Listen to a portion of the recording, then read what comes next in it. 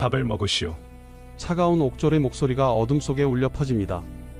1728년 4월 5일 새벽 한 남자 앞에 밥상이 놓입니다.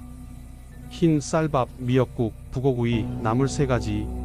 평생 양반가에서 먹던 음식이지만 오늘만큼은 다릅니다. 이것이 그의 마지막 식사입니다. 2시간 후면 그는 서소문 밖 처형장에서 팔다리가 하나씩 잘려나가는 능지처참을 당할 것입니다. 손이 떨립니다. 젓가락을 들 수가 없습니다. 왜 나에게 밥을 주는 것이오? 옥졸은 대답하지 않습니다. 그저 차갑게 돌아설 뿐입니다. 조선시대 사형수들은 죽기 전 반드시 밥을 먹어야 했습니다. 이것은 왕의 자비였을까요? 아니면 다른 무언가였을까요? 오늘 우리는 조선시대 사형수의 마지막 밥상에 담긴 아무도 말하지 않았던 진실을 파헤쳐 보겠습니다. 이 이야기가 궁금하시다면 영상 끝까지 봐주시기 바랍니다. 구독과 좋아요는 이 채널에 큰 힘이 됩니다. 1728년 조선 영조 4년 4월 5일 새벽 4시 서울 의금부 지하 감옥은 칠흑 같은 어둠에 잠겨 있었습니다. 쇠사슬 소리만이 간간히 정적을 깨뜨렸습니다. 그때 무거운 쇠문이 삐걱거리며 열렸습니다. 옥졸 2명이 밥상을 들고 들어왔습니다. 이인좌, 밥을 먹으시오. 54세의 이인좌는 고개를 들지 않았습니다. 3개월 전 그는 청주성을 점령하고 한양을 향해 진격하던 반란군의 총대장이었습니다. 영조는 정통 왕이 아니다. 소현세자의 후손을 왕으로 옹립하라. 그의 외침에 전국에서 수만 명이 호응했습니다. 하지만 지금 그는 역적으로 낙인 찍혀 몇 시간 후면 처형될 죄인일 뿐이었습니다. 밥상이 그의 앞에 놓였습니다. 흰 쌀밥 한 그릇, 김이 모락모락 올라옵니다. 미역국, 북어구이, 시금치나물, 도라지나물, 콩나물. 작은 접시에는 깍두기도 놓여 있습니다. 양반가에서나 먹을 법한 상차림입니다. 옥졸이 말했습니다. 의금부의 명에 따라 마지막 식사를 대령했습니다. 2시간 후 서소문 밖 처형장으로 이송될 것이니 그 전에 드시오. 이인좌는 밥상을 물끄러미 바라봤습니다. 그의 손이 천천히 움직였습니다. 젓가락을 들려 했지만 손이 떨렸습니다. 아니, 온몸이 떨렸습니다. 그의 목소리가 잠겼습니다. 이것을 먹으면 정말로 끝인 것이오? 옥졸은 대답하지 않았습니다. 이인좌는 떨리는 손으로 젓가락을 집었습니다. 하얀 쌀밥을 한 점 집어 입에 넣었습니다. 씹는 순간 눈물이 흘러내렸습니다. 아들은 어제 효수를 당했지. 손자는 능지처참. 부인과 며느리들은 관비로 팔려갔고 내 핏줄 363명이 모두 밥알이 목구멍으로 넘어가지 않았습니다. 하지만 그는 계속 씹었습니다. 삼켰습니다. 미역국을 떠 마셨습니다.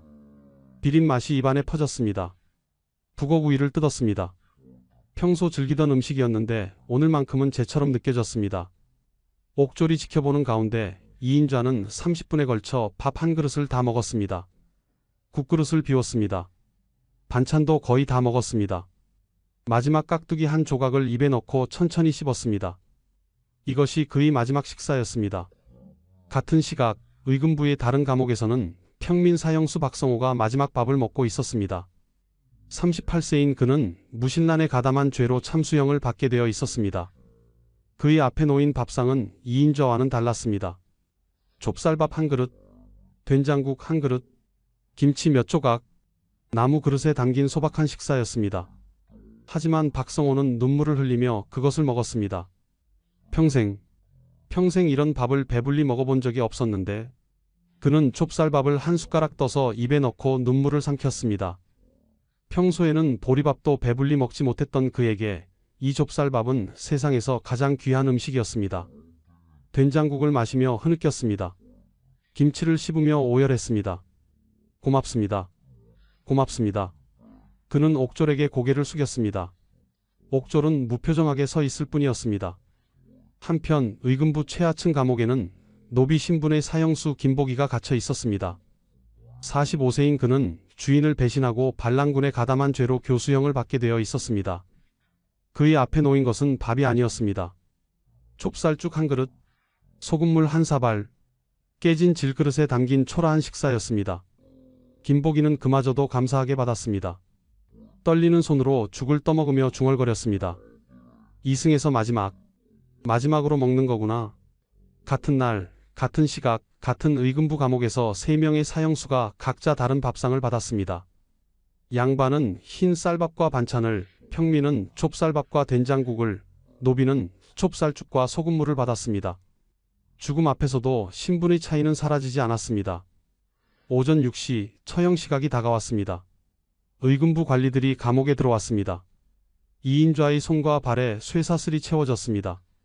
그는 비틀거리며 일어났습니다. 밥을 먹어서인지 다리에 힘이 있었습니다. 그는 옥졸들에게 이끌려 밖으로 나왔습니다. 의금부 마당에는 이미 수레가 준비되어 있었습니다. 능지처참을 당할 죄인을 싣고 가는 수레였습니다. 이인좌가 수레에 실렸습니다. 그의 뒤로 박성호와 김복이 그리고 수십 명의 사형수들이 줄지어 나왔습니다. 행렬이 움직이기 시작했습니다. 종로를 지나 서소문으로 향했습니다. 거리에는 이미 수천 명의 구경꾼들이 모여 있었습니다. 사람들이 소리쳤습니다. 역적을 보라. 나라를 어지럽힌 죄인들이다. 야유와 욕설이 쏟아졌습니다. 이인좌는 고개를 들지 않았습니다.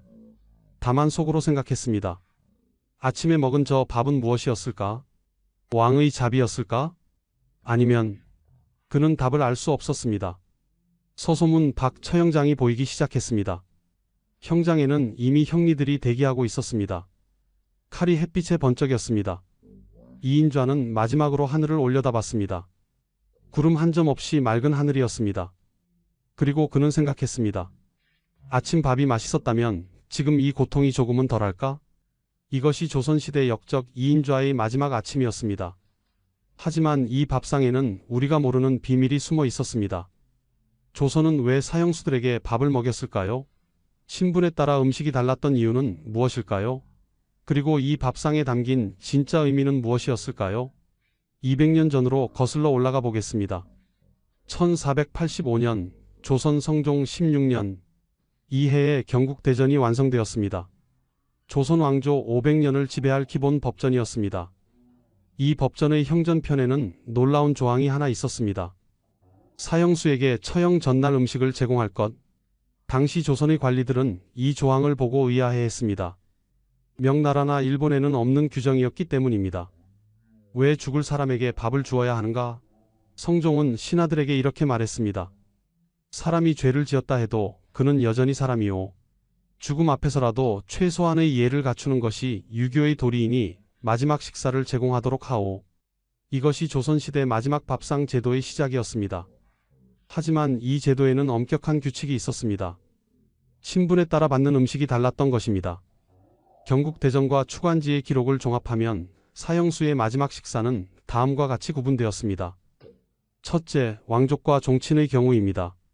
왕족이 영모나 대역죄를 저지르면 사약을 받았습니다. 사약을 받기 전날 특별한 밥상이 들어갔습니다. 흰 쌀밥, 미역국, 전복, 생선구이, 각종 나물, 그리고 약과와 수정과 같은 후식까지 제공되었습니다. 심지어 술 한 잔도 허락되었습니다. 왜 이렇게 푸짐하게 차렸을까요? 이유가 있었습니다. 사약은 매우 쓴 독약이었습니다. 비소와 부자를 섞어 만든 독약은 입에 넣는 순간 혀가 타들어가는 듯한 고통을 주었습니다. 그래서 왕실에서는 사약을 달게 만들기 위해 꿀을 섞었고 사약을 마시기 전에 단 음식을 먹게 해서 입안을 달게 만들었습니다. 이것이 왕족에 대한 마지막 배려였습니다. 1592년 임진왜란 중에 영모를 꾀했다는 혐의로 사약을 받은 임해군의 경우를 보겠습니다.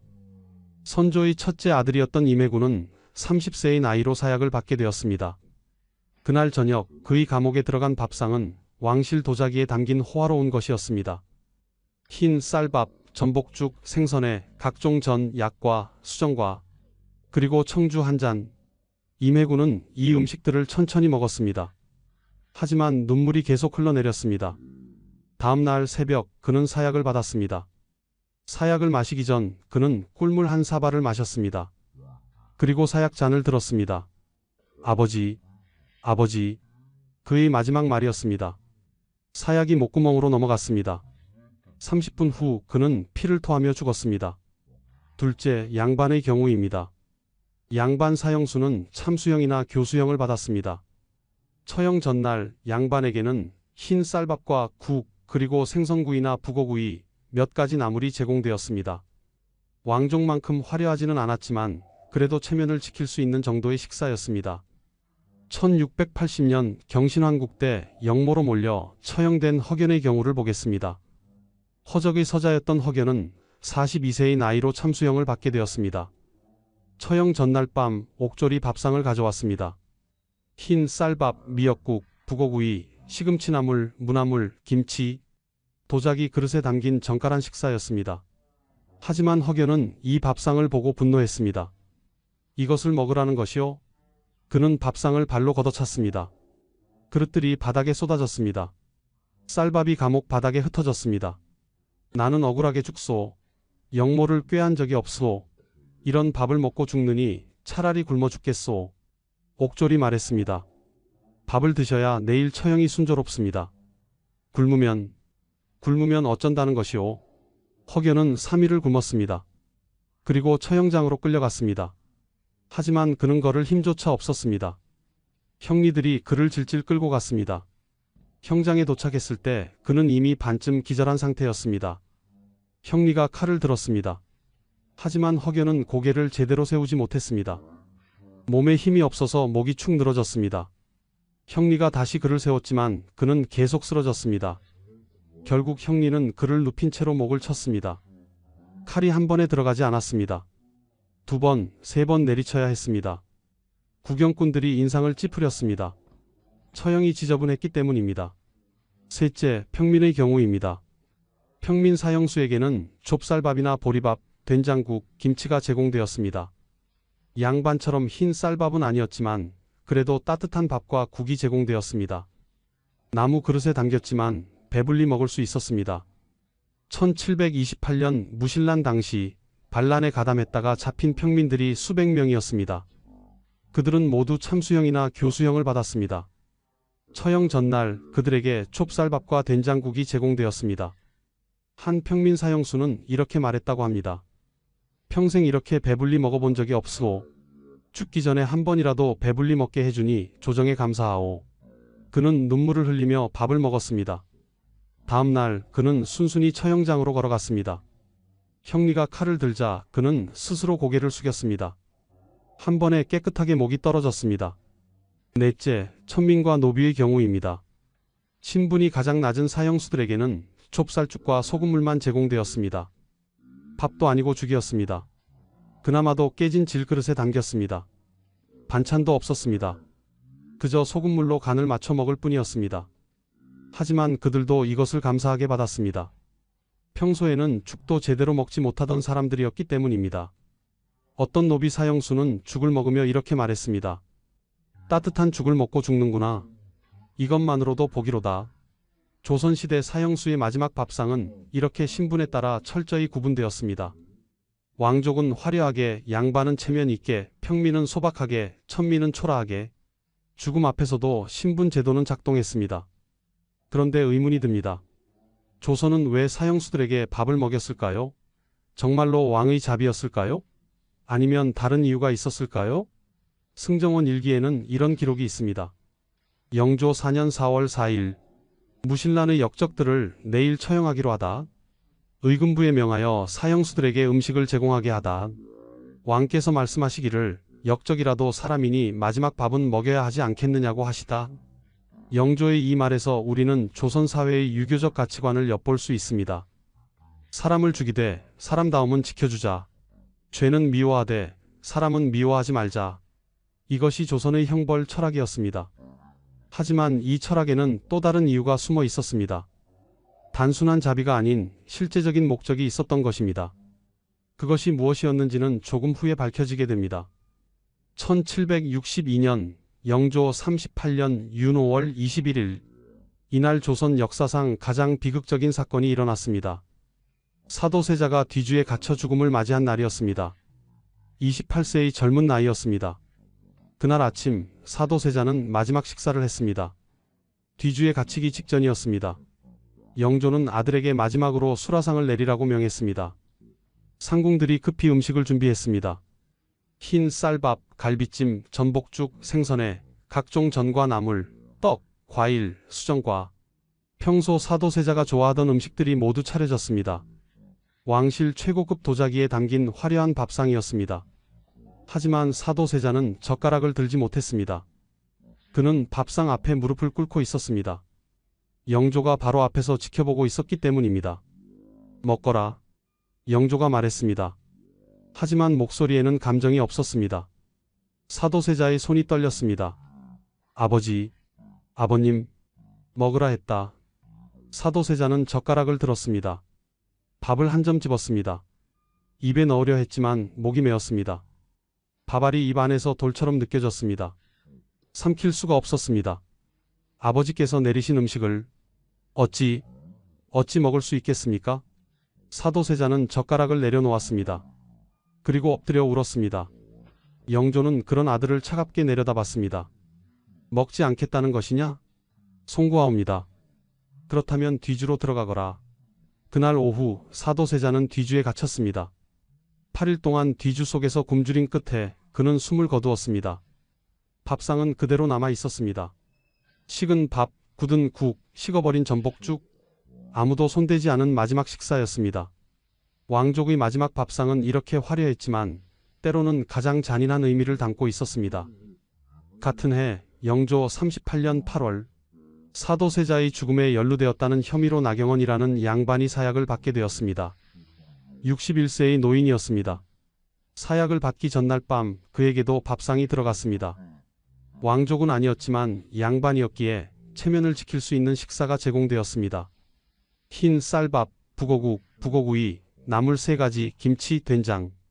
은수저는 아니었지만 노수저가 제공되었습니다. 도자기 그릇에 젓가락에 담긴 식사였습니다. 나경원은 이 밥상을 받고 한참을 바라봤습니다. 그의 눈에서 눈물이 흘렀습니다. 61년을 살면서 이렇게 정성스러운 밥을 받아본 적이 언제였던가. 그는 젓가락을 들었습니다. 천천히 밥을 먹기 시작했습니다. 한 숟가락 한 숟가락 씹으며 생각했습니다.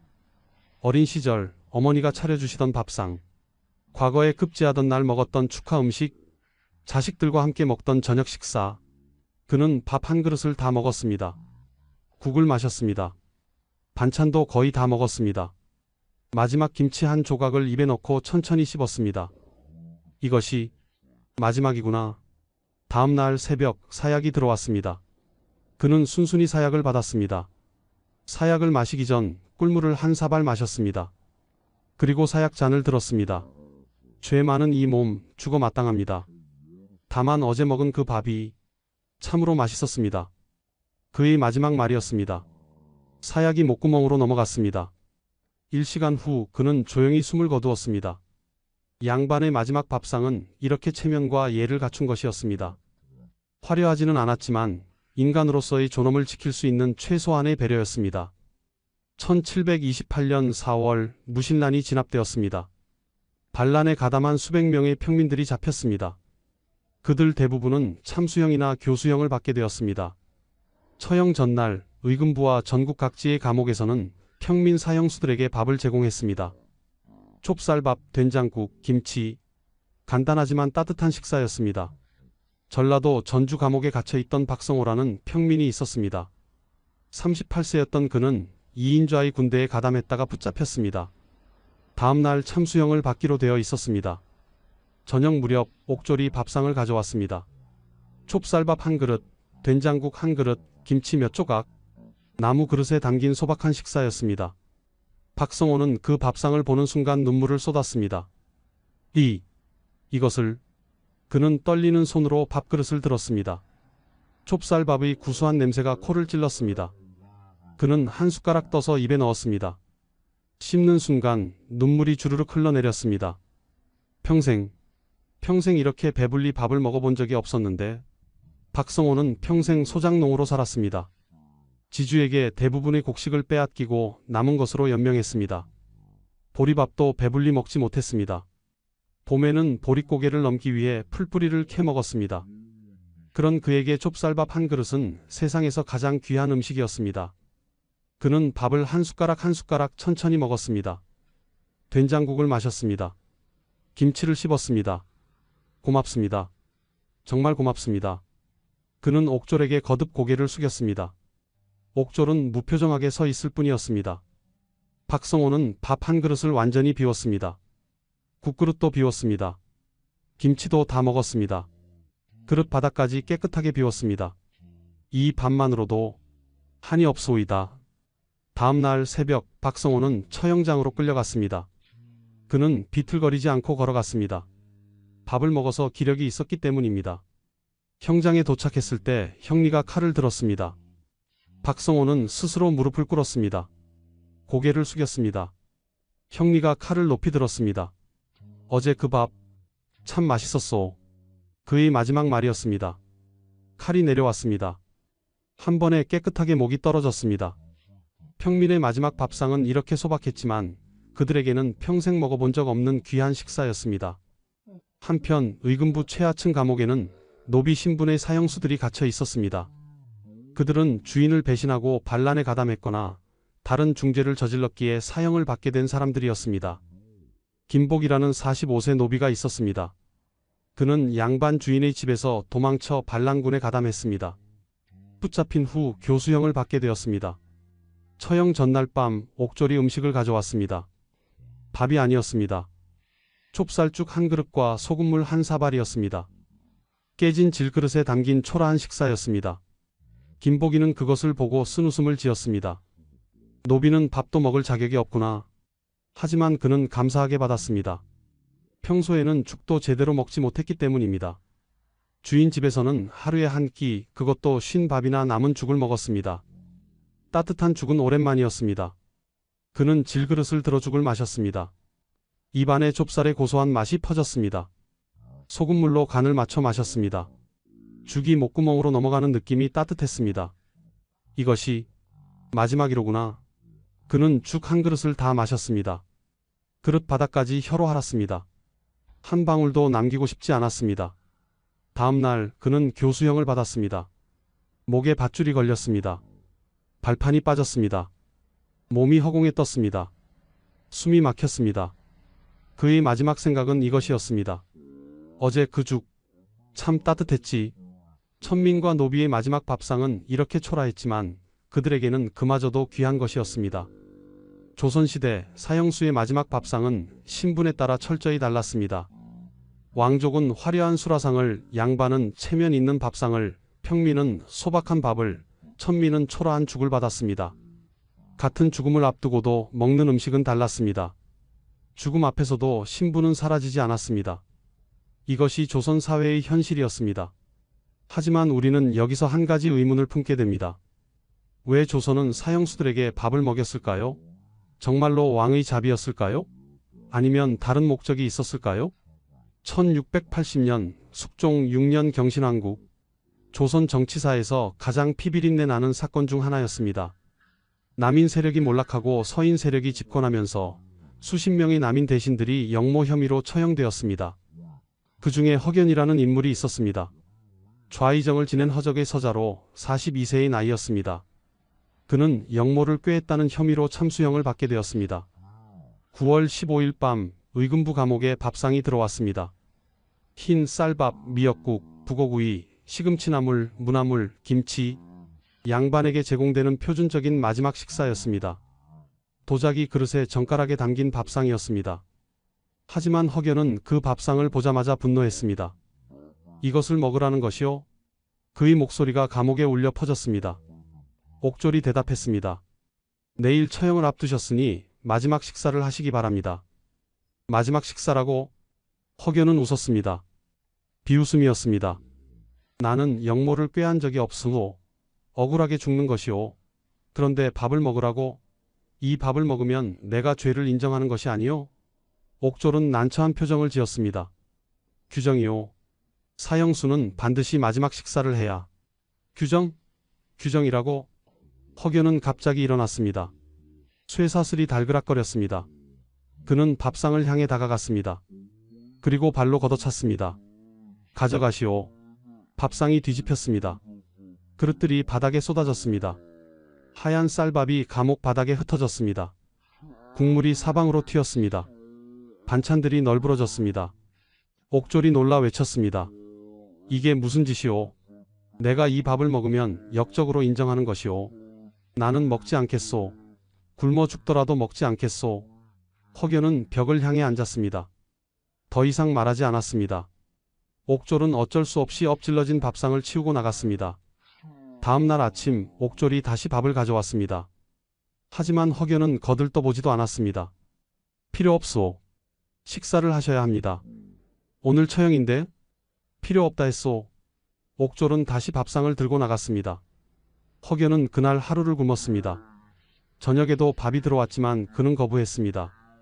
9월 16일 처형일 아침 옥졸이 마지막으로 밥을 가져왔습니다. 오늘 옷이 낮 12시 처형입니다. 제발 조금이라도 드십시오. 허견은 고개도 돌리지 않았습니다. 나는 억울하게 죽소. 밥이 목구멍으로 넘어갈 리 없소. 결국 그는 3일을 굶었습니다. 아무것도 먹지 않았습니다. 물조차 마시지 않았습니다. 옷이 형리들이 감옥에 들어왔습니다. 나가시오. 허견은 일어서려 했지만 다리에 힘이 없었습니다. 3일을 굶어서 기력이 다 빠진 상태였습니다. 그는 비틀거리며 쓰러졌습니다. 일어설 수가 없소. 형리들이 그를 부축해 일으켰습니다.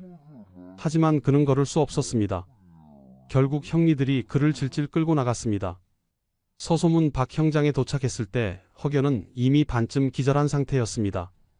구경꾼들이 수군거렸습니다. 저 사람 왜 저러지? 굶어서 저런가 보다. 밥을 안 먹었나? 형리가 허견을 형장 한가운데에 무릎 꿇렸습니다. 하지만 그는 고개를 제대로 세우지 못했습니다. 목이 축 늘어졌습니다. 몸에 힘이 없었기 때문입니다. 형리가 칼을 들었습니다. 하지만 난감한 표정을 지었습니다. 목을 칠 수가 없었습니다. 허견의 고개가 앞으로 떨어져 있어서 칼이 제대로 들어갈 위치가 아니었습니다. 고개를 세우시오. 형리가 외쳤습니다. 하지만 허견은 반응이 없었습니다. 다른 형리가 다가와 그의 머리카락을 잡아 고개를 세웠습니다. 하지만 손을 떼자마자 고개가 다시 떨어졌습니다. 형리들은 어쩔 수 없이 그를 바닥에 눕혔습니다. 그리고 목 부분을 노출시켰습니다. 형리가 칼을 들었습니다. 칼이 내려왔습니다. 하지만 한 번에 목이 잘리지 않았습니다. 굶어서 몸이 말라 비틀어진 탓에 뼈가 칼날을 막았습니다. 형리가 다시 칼을 들었습니다. 두 번째 칼이 내려갔습니다. 그래도 목이 완전히 잘리지 않았습니다. 세 번째 칼을 내리쳐서야 마침내 목이 떨어졌습니다. 구경꾼들이 인상을 찌푸렸습니다. 처형이 지저분했기 때문입니다. 피가 사방으로 튀었습니다. 형장이 엉망이 되었습니다. 한 노인이 중얼거렸습니다. 밥을 먹었으면 저렇게까지 되지는 않았을 텐데. 다른 사람이 대꾸했습니다. 억울해서 그랬겠지. 억울하면 밥이라도 먹고 가야지. 저렇게 지저분하게 죽다니. 밥상을 거부한 허견의 처형은 이렇게 비참했습니다. 그는 항의의 표시로 밥을 거부했지만 결과는 더 고통스러운 죽음이었습니다. 같은 시기 다른 감옥에는 밥상을 감사하게 받는 사람들도 있었습니다. 김성립이라는 평민이 있었습니다. 37세인 그는 도둑질을 하다 붙잡혔습니다. 세 번째 도둑질이었기에 법에 따라 참수형을 받게 되었습니다. 처형 전날 밤 좁쌀밥과 된장국이 들어왔습니다. 평민에게 주는 마지막 식사였습니다. 김성립은 그 밥상을 보자마자 눈물을 쏟았습니다. 이런 밥을. 그는 떨리는 손으로 밥그릇을 들었습니다. 좁쌀밥의 구수한 냄새가 코를 찔렀습니다. 그는 한 숟가락 떠서 입에 넣었습니다. 평생 이렇게 배불리 먹어본 적이 없으오. 김성립은 가난한 집에서 태어났습니다. 부모는 일찍 죽었고 그는 거리에서 구걸하며 자랐습니다. 배고픔을 참지 못해 도둑질을 시작했습니다. 빵 한 조각, 떡 한 개를 훔쳤습니다. 붙잡혔고 곤장을 맞았습니다. 하지만 배고픔은 계속되었습니다. 다시 훔쳤고 다시 붙잡혔습니다. 그리고 세 번째 도둑질. 법은 냉정했습니다. 세 번째 도둑질은 사형이었습니다. 이제 그는 내일 죽습니다. 하지만 오늘 평생 처음으로 배불리 밥을 먹을 수 있게 되었습니다. 그는 밥을 한 숟가락 한 숟가락 천천히 먹었습니다. 눈물을 흘리며 먹었습니다. 고맙습니다. 정말 고맙습니다. 그는 옥졸에게 거듭 절했습니다. 옥졸은 말없이 지켜봤습니다. 김성립은 밥 한 그릇을 완전히 비웠습니다. 국그릇도 비웠습니다. 김치도 다 먹었습니다. 그릇 바닥을 혀로 핥았습니다. 이 밥, 평생 잊지 못할 것이오. 다음 날 그는 형장으로 걸어갔습니다. 비틀거리지 않았습니다. 밥을 먹어서 기력이 있었기 때문입니다. 형장에 도착하자 그는 스스로 무릎을 꿇었습니다. 고개를 숙였습니다. 형리가 칼을 들었습니다.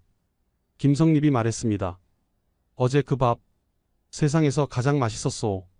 고맙소. 형리는 잠시 망설였습니다. 하지만 곧 칼을 높이 들었습니다. 칼이 내려왔습니다. 한 번에 깨끗하게 목이 떨어졌습니다. 피가 튀었지만 처형은 깨끗했습니다. 구경꾼들이 고개를 끄덕였습니다. 깨끗하게 갔구나. 밥을 먹어서 그런가 보다. 두 사형수 허경과 김성립. 한 사람은 밥을 거부했고 한 사람은 감사하게 받았습니다. 둘 다 죽었지만 죽는 방식은 달랐습니다. 밥을 거부한 사람은 지저분하게 죽었습니다. 밥을 먹은 사람은 깨끗하게 죽었습니다. 이것이 의미하는 바는 무엇이었을까요? 마지막 밥상은 정말 잡이었을까요? 아니면 다른 목적이 있었을까요? 1729년 영조 5년 무신란이 진압된 지 1년 후였습니다. 영조는 의금부 관리들을 불러 물었습니다. 지난해 역적들을 처형할 때 밥을 먹지 않은 자가 있었다던가? 의금부 당상 이기진이 대답했습니다. 그러하옵니다. 몇몇 역적들이 밥을 거부하였습니다. 그래서 어찌 되었는가? 처형이 순조롭지 못했사옵니다. 영조가 눈썹을 찌푸렸습니다. 순조롭지 못했다니 무슨 말인가? 이기진은 난처한 표정을 지었습니다. 하지만 사실대로 아뢰어야 했습니다. 밥을 먹지 않은 죄인들은 기력이 없어 제대로 서지도 못했습니다. 목을 칠 때도 한 번에 베어지지 않아 여러 번 칼을 내리쳐야 했습니다. 형장이 지저분해졌고 구경꾼들도 눈살을 찌푸렸사옵니다. 영조는 잠시 생각에 잠겼습니다. 그리고 물었습니다. 밥을 먹은 죄인들은 어떠했는가? 처형이 깨끗했사옵니다. 한 번에 목이 떨어졌고 형장도 정돈되었습니다. 영조가 고개를 끄덕였습니다. 그렇다면 앞으로 사형수들이 밥을 거부하지 못하도록 하라. 억지로라도 먹이도록 하라. 하오나 전하, 그것이 옳은 일이옵니까? 영조는 차갑게 대답했습니다. 처형은 국가의 법 집행이다. 지저분하게 집행되어서는 안 된다. 사형수가 밥을 먹어야 처형이 깨끗하게 이루어진다면 그것은 억지로라도 먹여야 할 일이다. 이기진은 더 이상 말하지 못했습니다. 이 대화는 승정원 일기 영조 5년 3월 12일자에 기록되어 있습니다. 이 기록을 통해 우리는 충격적인 사실을 알게 됩니다. 마지막 밥상은 단순한 자비가 아니었습니다. 그것은 처형을 효율적으로 깨끗하게 집행하기 위한 실용적 조치였습니다. 조선시대 형벌 실무를 기록한 추관지에는 더 구체적인 내용이 나와 있습니다. 1740년경에 편찬된 이 책의 사형 집행 절차 항목을 보면 다음과 같은 내용이 있습니다. 사형수에게 반드시 식사를 제공할 것. 굶은 죄인은 처형이 어렵고 형장이 지저분해진다. 참수의 경우 굶은 죄인은 목을 제대로 세우지 못하여 칼이 한 번에 들어가지 않는다. 능지처참의 경우 굶은 죄인은 고통이 빨리 끝나 형벌의 의미가 약해진다. 이 구절은 충격적입니다. 밥을 먹이는 이유가 자비가 아니라 처형의 효율성 때문이었다는 것을 명확히 보여주기 때문입니다. 더 구체적으로 살펴보겠습니다. 첫째, 참수형의 경우입니다. 굶은 사형수는 기력이 없어 목을 제대로 세우지 못합니다. 목이 축 늘어지면 형리가 칼로 정확한 위치를 노리기 어렵습니다. 결과적으로 칼이 한 번에 들어가지 않고 여러 번 내리쳐야 합니다. 이것은 두 가지 문제를 일으킵니다. 첫째, 형장이 지저분해집니다. 피가 사방으로 튑니다. 둘째, 사형수가 더 오래 고통받습니다. 한 번에 죽지 않고 여러 차례 칼을 맞으며 죽는 것입니다. 반면 밥을 먹은 사형수는 기력이 있어 목을 세울 수 있습니다. 형리가 정확한 위치를 노릴 수 있습니다. 한 번에 깨끗하게 목이 떨어집니다. 허견과 김성립의 경우가 이것을 증명합니다. 밥을 거부한 허견은 3번 칼을 맞아야 했습니다. 밥을 먹은 김성립은 한 번에 처형되었습니다. 둘째, 능지처참의 경우입니다. 능지처참은 조선시대 최고 형벌입니다. 역모나 대역죄를 지은 자에게 내려지는 형벌로 팔다리를 하나씩 잘라낸 후 마지막으로 목을 치는 것입니다. 고통을 최대한 오래 지속시키는 것이 목적입니다.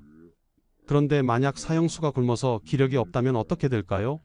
첫 번째 칼에 기절하거나 쇼크로 의식을 잃습니다. 그러면 나머지 과정에서 고통을 느끼지 못합니다. 능지처참의 의미가 약해지는 것입니다.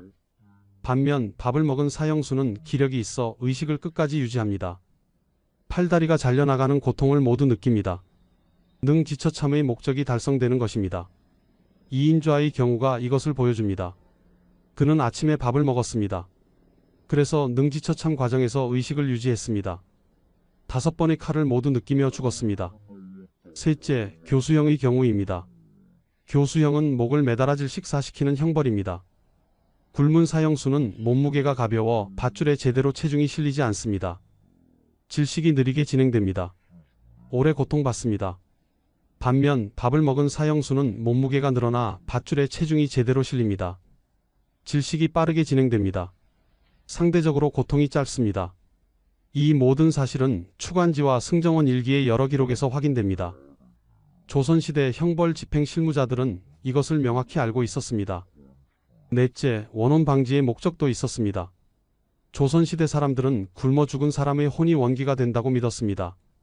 사형수라 해도 굶어 죽으면 원기가 되어 살아있는 사람들을 괴롭힌다는 것입니다.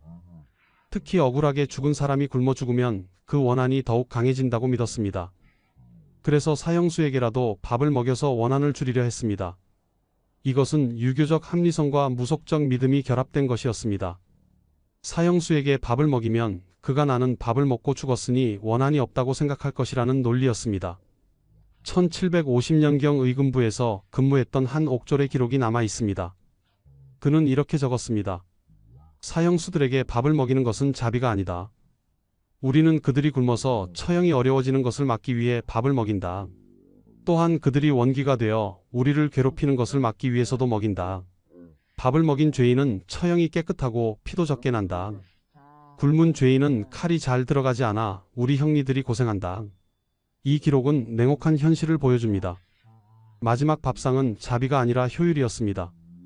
인간에 대한 배려가 아니라 처형 집행의 편의를 위한 조치였습니다. 다섯째, 체제 정당화의 목적도 있었습니다. 조선 조정은 백성들에게 이렇게 선전했습니다. 우리는 역적이라 해도 인간으로 대우한다. 마지막 밥을 먹게 하지 않는가? 이것이 우리 조선의 인정이다. 이 선전은 효과적이었습니다. 백성들은 조정이 인정이 있구나라고 생각했습니다. 사형 제도에 대한 반발이 줄어들었습니다. 하지만 실제로는 처형의 효율을 위한 것이었습니다. 조정은 이것을 교묘하게 숨기고 왕의 자비로 포장했습니다. 여섯째, 신분 차별 유지의 목적도 있었습니다. 왕족에게는 화려한 밥상을, 양반에게는 체면 있는 밥상을, 평민에게는 소박한 밥을, 천민에게는 초라한 죽을 주었습니다. 이것은 무엇을 의미할까요? 죽음 앞에서도 신분은 사라지지 않는다. 이 메시지를 백성들에게 각인시키는 것입니다. 사형수들조차 신분에 따라 다른 대우를 받는 것을 보면서 백성들은 신분제가 절대적임을 깨닫게 됩니다. 마지막 밥상은 이렇게 여러 목적을 가지고 있었습니다. 표면적으로는 자비였지만 실제로는 효율, 원기 방지, 체제 정당화, 신분제 유지 등 다양한 목적이 숨어 있었습니다. 그렇다면 이인좌가 받은 밥상은 무엇이었을까요? 그는 밥을 먹고 능지처참을 당했습니다. 밥을 먹어서 의식을 끝까지 유지했고 5번의 칼을 모두 느끼며 죽었습니다. 만약 그가 밥을 거부했다면 어땠을까요? 첫 번째 칼에 기절했을 것입니다. 고통이 줄어들었을 것입니다.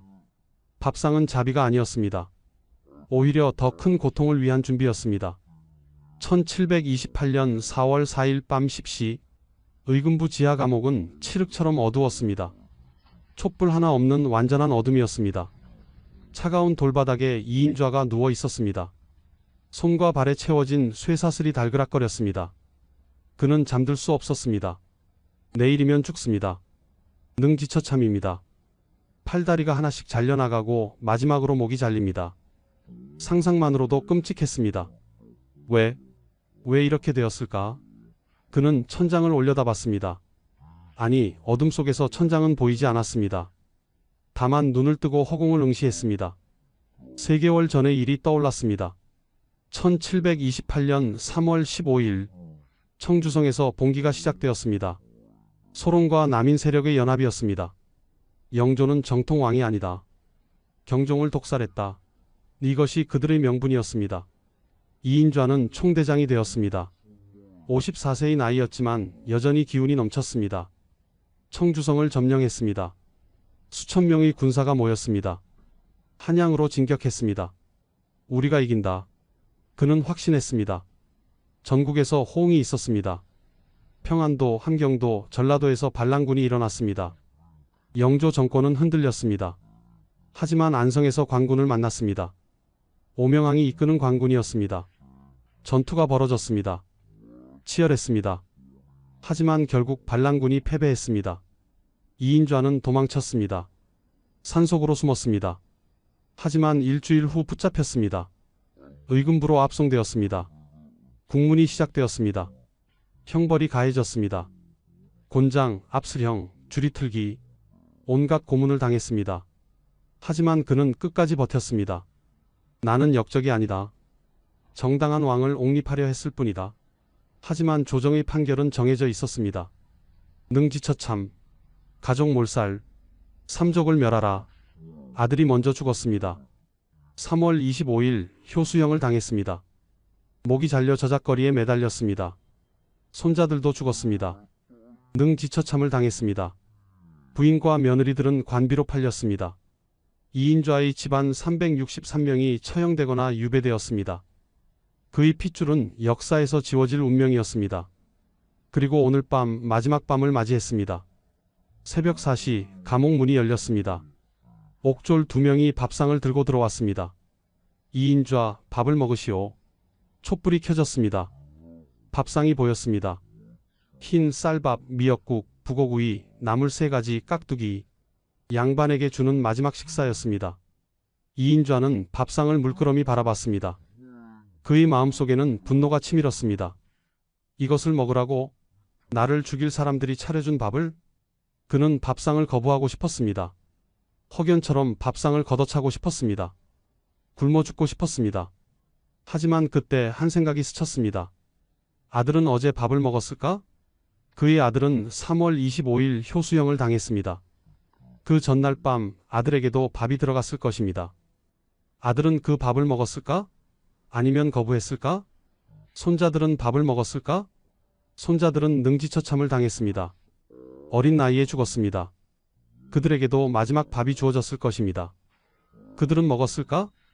부인은 지금 무엇을 하고 있을까? 부인은 관비가 되었습니다. 궁궐이나 관청에서 천한 일을 하고 있을 것입니다. 밥은 제대로 먹고 있을까? 굶고 있지는 않을까? 이인좌의 눈에서 눈물이 흘렀습니다. 내가 이 밥을 거부하면 그것은 나 혼자만의 항이다. 하지만 먹으면 그는 생각했습니다. 아들도 먹었을 것이다. 손자들도 먹었을 것이다. 나만 거부할 수는 없다. 우리 집안이 함께 먹은 마지막 밥이다. 나도 먹어야 한다. 그는 떨리는 손으로 젓가락을 집었습니다. 밥을 한 점 집어 입에 넣었습니다. 씹는 순간 눈물이 주르륵 흘러내렸습니다. 아들아, 손자들아, 이 밥을 함께 먹는다. 그는 천천히 밥을 먹었습니다. 미역국을 마셨습니다. 북어구이를 뜯었습니다. 나물을 씹었습니다. 깍두기를 먹었습니다. 30분에 걸쳐 밥 한 그릇을 다 먹었습니다. 국그릇을 비웠습니다. 반찬도 거의 다 먹었습니다. 옥졸이 물었습니다. 다 드셨습니까? 이인좌는 고개를 끄덕였습니다. 그리고 말했습니다. 고맙소. 옥졸은 놀란 표정을 지었습니다. 사형수가 고맙다고 말하는 경우는 드물었기 때문입니다. 무엇이 고맙다는 것이오? 이 밥, 아들과 손자들이 먹었을 밥과 같은 밥이오. 우리 집안이 함께 먹은 마지막 밥이오. 그것을 먹게 해주어 고맙소. 옥졸은 아무 말도 하지 못했습니다. 밥상을 들고 나갔습니다. 이인좌는 혼자 남았습니다. 그는 벽에 기대어 앉았습니다. 배가 따뜻했습니다. 밥을 먹어서 몸에 기운이 돌았습니다. 이제 곧 죽는다. 하지만 배는 고프지 않다. 아들과 손자들도 배불리 먹고 죽었을 것이다. 그것으로 족하다. 그는 눈을 감았습니다. 얼마간 잠이 들었습니다. 오전 6시 옥졸들이 들어왔습니다. 일어나시오. 이송 시각입니다. 이인좌는 일어났습니다. 밥을 먹어서 힘이 있었습니다. 비틀거리지 않고 걸을 수 있었습니다. 쇠사슬이 달그락거렸지만 그는 스스로 걸어 나갔습니다. 의금부 마당에 수레가 기다리고 있었습니다. 능지처참을 당할 죄인을 싣는 수레였습니다. 이인좌가 수레에 올랐습니다. 행렬이 출발했습니다. 종로를 지나 서소문으로 향했습니다. 거리에는 수천 명의 구경꾼이 모여 있었습니다. 역적이다. 나라를 어지럽힌 놈이다. 야유와 욕설이 쏟아졌습니다. 돌이 날아왔습니다. 썩은 채소가 던져졌습니다. 이인좌는 고개를 숙였습니다. 하지만 그는 생각했습니다. 아들도 이 길을 갔을 것이다. 손자들도 이 길을 갔을 것이다. 나도 같은 길을 간다. 우리는 함께 간다. 서소문 박 형장이 가까워졌습니다. 형리들이 보였습니다. 칼이 햇빛에 번쩍였습니다. 수레가 멈췄습니다. 이인좌가 내렸습니다. 형장 한가운데로 끌려갔습니다. 무릎을 꿇었습니다. 형리가 다가왔습니다. 칼을 들었습니다. 이인좌는 마지막으로 하늘을 올려다봤습니다. 아들아, 손자들아, 이제 만나러 간다. 형리가 말했습니다. 역적 이인좌 능지처참에 처한다. 첫 번째 칼이 들어왔습니다. 왼팔이 잘렸습니다. 이인좌는 비명을 질렀습니다. 하지만 의식은 또렷했습니다. 밥을 먹어서 기력이 있었기 때문입니다.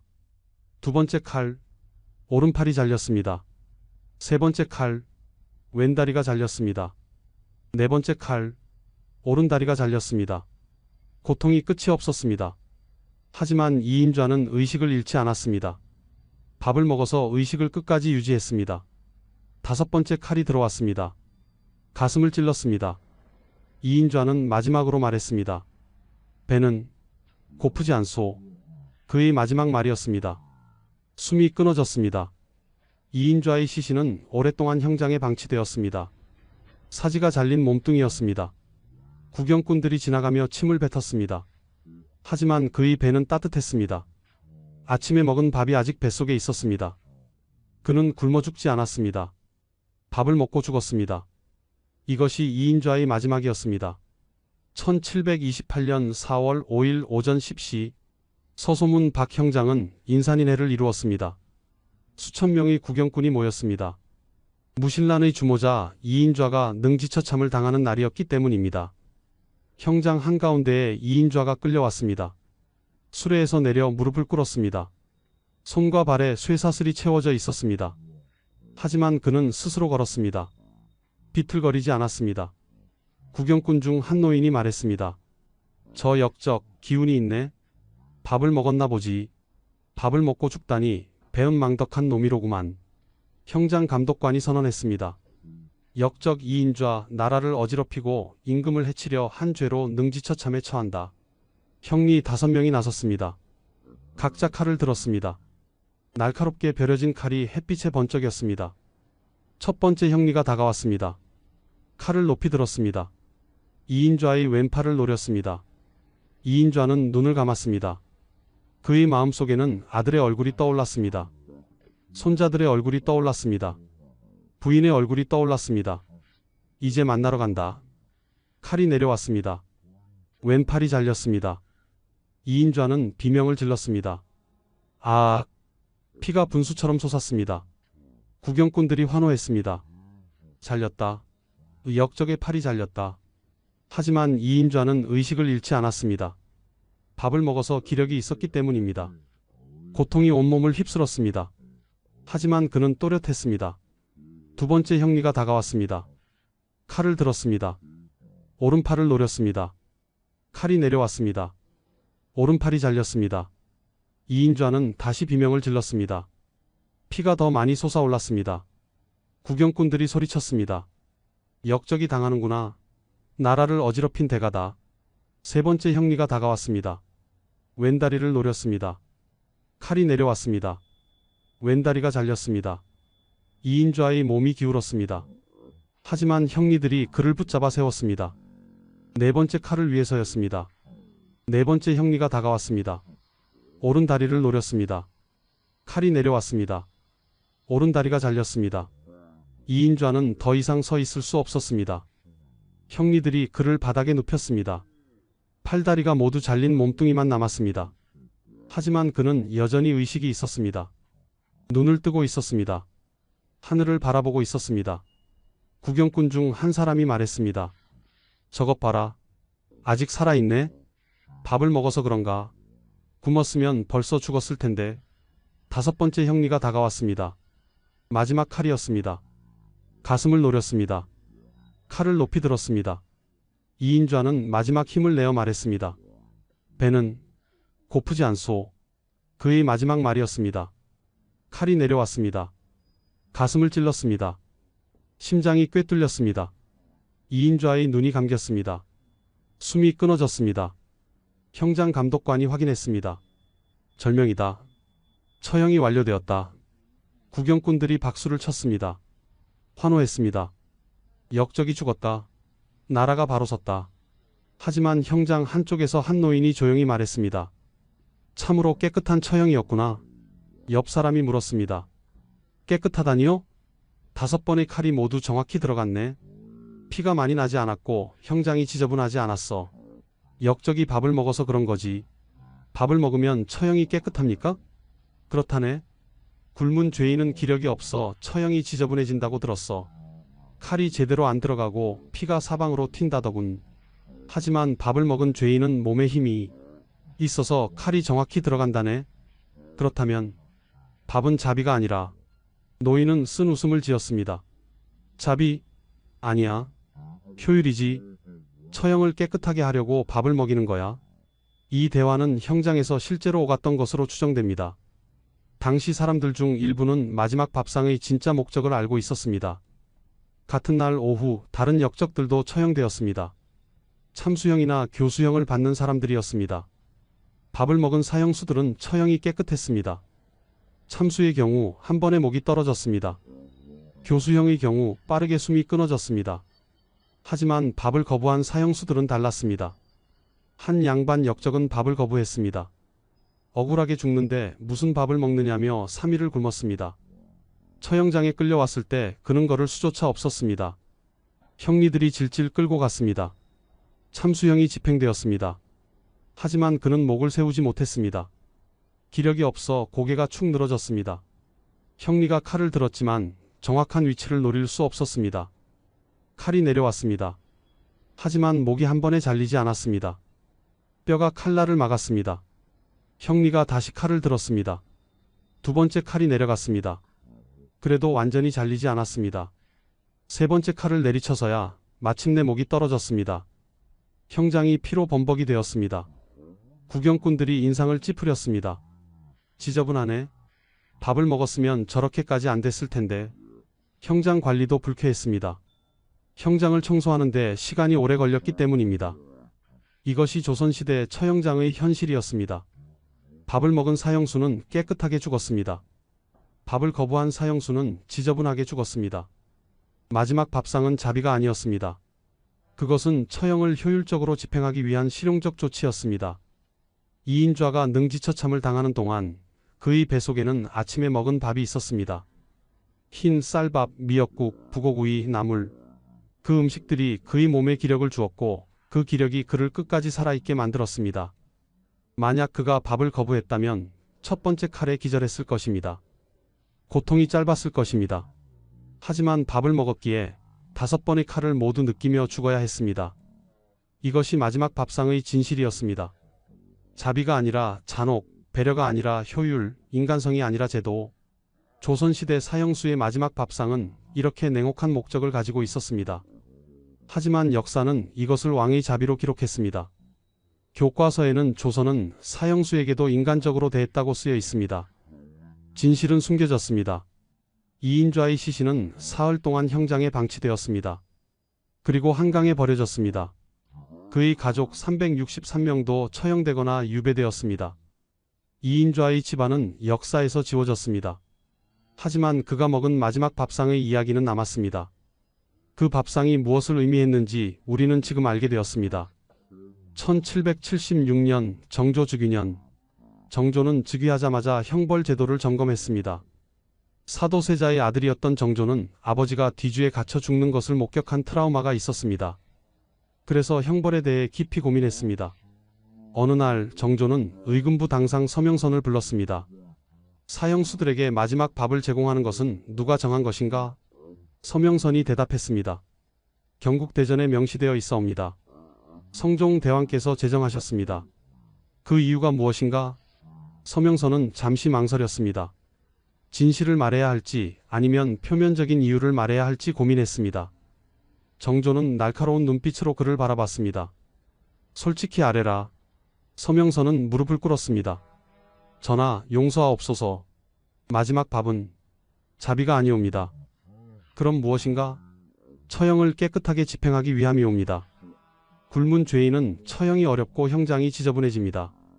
밥을 먹인 죄인은 처형이 깨끗합니다. 정조는 한참 동안 말이 없었습니다. 그리고 깊은 한숨을 내쉬었습니다. 그렇다면 우리는 자비라는 이름으로 효율을 추구한 것인가? 송구하옵니다. 정조는 일어났습니다. 창밖을 바라봤습니다. 한참 후에 말했습니다. 하지만 그것이라도 없다면 어찌 되겠는가? 사형수가 굶어 죽는다면 그것은 형벌이 아니라 학대가 될 것이다. 차라리 밥을 먹이고 깨끗하게 처형하는 것이 굶겨서 지저분하게 죽이는 것보다는 나을 것이다. 성은이 망극하옵니다. 하지만 앞으로는 이것을 명확히 하라. 마지막 밥은 자비가 아니라 인간으로서의 최소한의 예를 갖추는 것이다. 죽일 것이면 제대로 죽이고 대할 것이면 제대로 대하라. 거짓으로 포장하지 말라. 명을 받들겠사옵니다. 정조는 이후 추관지를 재편찬하도록 명했습니다. 그 과정에서 마지막 밥상에 대한 규정이 더 명확해졌습니다. 사형수에게 신분에 맞는 식사를 제공하되 이것은 자비가 아니라 처형 절차의 일부임을 명확히 할 것. 하지만 백성들에게는 여전히 왕의 자비로 선전되었습니다. 진실은 관리들만 아는 것이었습니다. 1800년대 말 조선 말기 한 옥졸의 증언이 남아 있습니다. 이름은 알려지지 않았지만 그는 30년 넘게 의금부에서 일했습니다. 그의 증언은 조선시대 사형제도를 이해하는 중요한 자료입니다. 나는 수백 명의 사형수를 봤소. 밥을 먹은 자와 거부한 자를 모두 봤소. 밥을 먹은 자는 깨끗하게 죽었고 거부한 자는 지저분하게 죽었소. 하지만 나는 언제나 불편했소. 왜냐하면 우리는 그들에게 밥을 먹이면서 이것이 자비라고 말했기 때문이오. 하지만 진짜 이유는 처형을 쉽게 하려는 것이었소. 어느 날 한 사형수가 내게 물었소. 이 밥을 먹으면 덜 고통스럽게 죽을 수 있소? 나는 대답할 수 없었소. 사실은 반대였으니까. 밥을 먹으면 의식이 오래 유지되어 고통이 더 오래 지속되오. 하지만 나는 그에게 진실을 말하지 못했소. 그저 밥을 드시오. 굶으면 안 되오라고만 말했소. 그는 밥을 먹었고 다음날 능지처참을 당했소. 끝까지 의식이 있었고 5번의 칼을 모두 느꼈소. 그날 밤 나는 잠을 이루지 못했소. 내가 그에게 거짓말을 한 것인가? 아니면 진실을 숨긴 것인가? 30년을 일하며 깨달은 것이 있소. 마지막 밥상은 자비가 아니오. 그것은 제도오. 냉혹한 제도의 일부일 뿐이오. 하지만 그렇다고 해서 밥을 주지 말아야 하는가? 아니오. 차라리 밥을 주고 죽이는 것이 굶겨서 죽이는 것보다는 낫소. 이것이 인간이 할 수 있는 최소한이오. 나는 가끔 몰래 사형수들에게 밥을 더 줬소. 규정보다 더 많이 줬소. 그것이 내가 할 수 있는 유일한 인간다움이었소. 이 증언은 조선 말기 한 선교사가 기록한 것에 남아 있습니다. 익명의 옥졸이 털어놓은 고백이었습니다. 제도는 냉혹하지만 그 안에서도 인간의 온기를 잃지 않으려 했던 한 사람의 이야기였습니다. 1894년 갑오개혁 이후 조선의 형벌제도가 대폭 개혁되었습니다. 능지처참과 같은 잔혹한 형벌이 폐지되었습니다. 사형은 교수형으로 단일화되었습니다. 하지만 마지막 밥상 제도는 그대로 유지되었습니다. 다만 신분에 따른 차별은 없어졌습니다. 모든 사형수에게 동일한 식사가 제공되었습니다. 흰 쌀밥, 국, 반찬 3가지. 대한제국 시기인 1900년 한 일본 관찰자가 이것을 기록했습니다. 조선에서는 사형수에게 마지막 식사를 제공한다. 이것은 동양의 전통이라고 한다. 일본에서도 비슷한 관습이 있지만 조선만큼 체계적이지는 않다. 흥미로운 점은 조선 사람들이 이것을 자비라고 생각한다는 것이다. 하지만 실제로는 처형 절차를 원활하게 하기 위한 것이라고 한 관리가 귀띔해 주었다. 이것은 동양 문화의 특징인 것 같다. 표면과 이면이 다르다. 겉으로는 인정을 강조하지만 속으로는 실용성을 추구한다. 이 기록은 조선의 마지막 밥상 제도가 외국인의 눈에 어떻게 비쳤는지 보여줍니다. 현대로 넘어옵니다. 한국의 사형제도는 1997년 이후 사실상 폐지 상태입니다. 마지막 사형 집행은 1997년 12월이었습니다.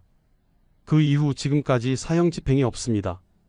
하지만 법률상으로는 사형제도가 남아있고 사형수들도 존재합니다. 그들에게도 식사가 제공됩니다. 하루 3끼 일반 수감자와 동일한 식사입니다.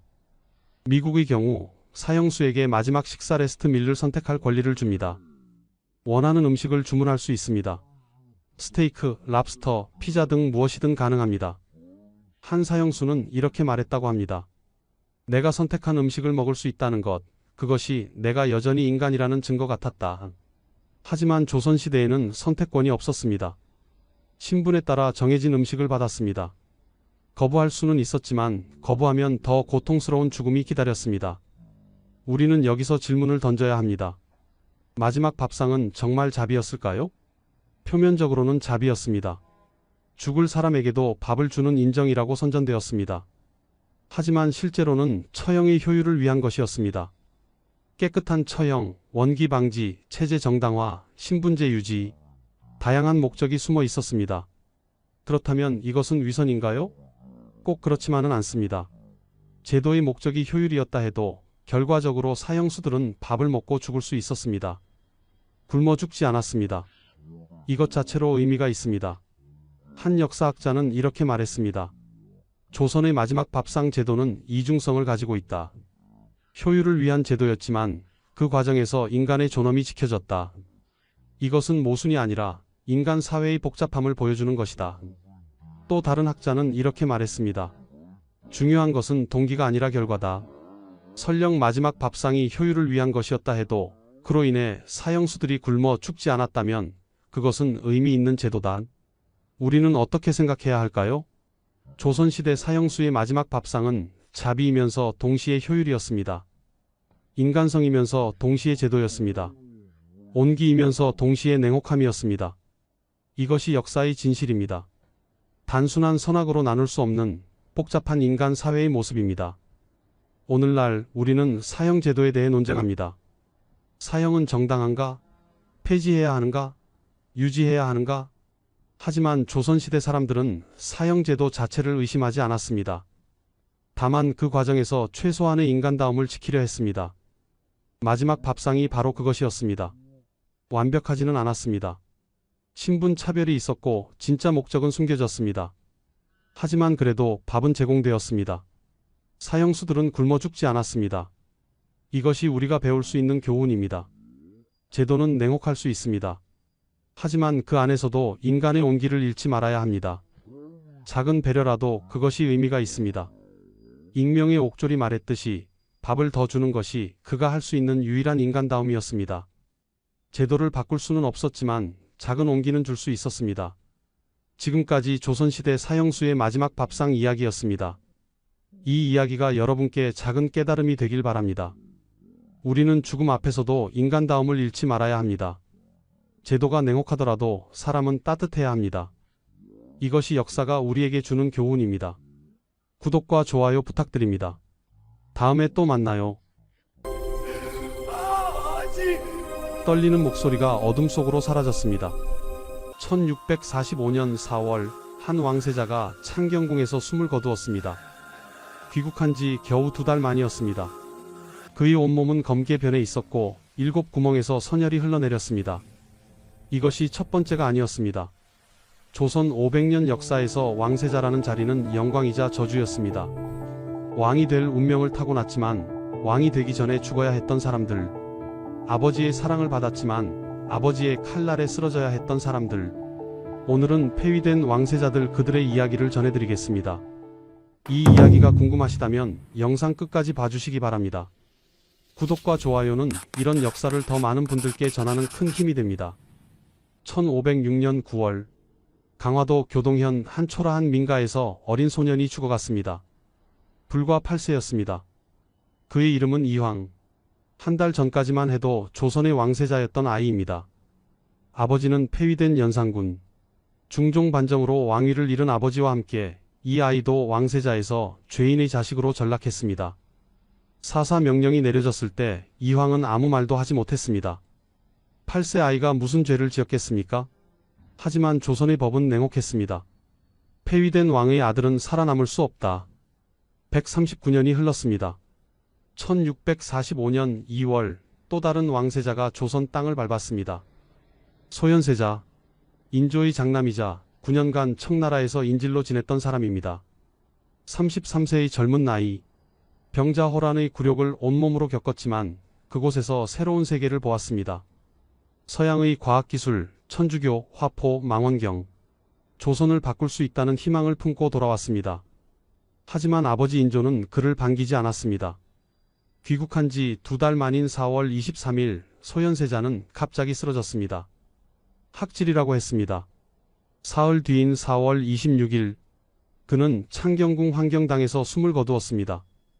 인조실록은 그의 시신 상태를 이렇게 기록했습니다. 온몸이 전부 검은 빛이었고 7구멍에서는 모두 선혈이 흘러나왔다.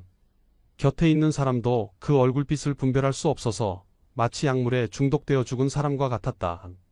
독살. 누구도 입 밖에 내지 못했지만 모두가 알고 있었습니다. 117년이 더 흘렀습니다. 1762년 윤 5월 한여름의 뜨거운 햇살이 내리쬐는 날 경희궁 뒤주 안에서 한 사람이 죽어갔습니다. 27세의 왕세자, 사도세자였습니다. 82세의 아버지 영조가 내린 명령. 뒤주에 가두어라. 8일 뒤주 안에서 사도세자는 아버지를 불렀습니다. 아바마마 살려주소서.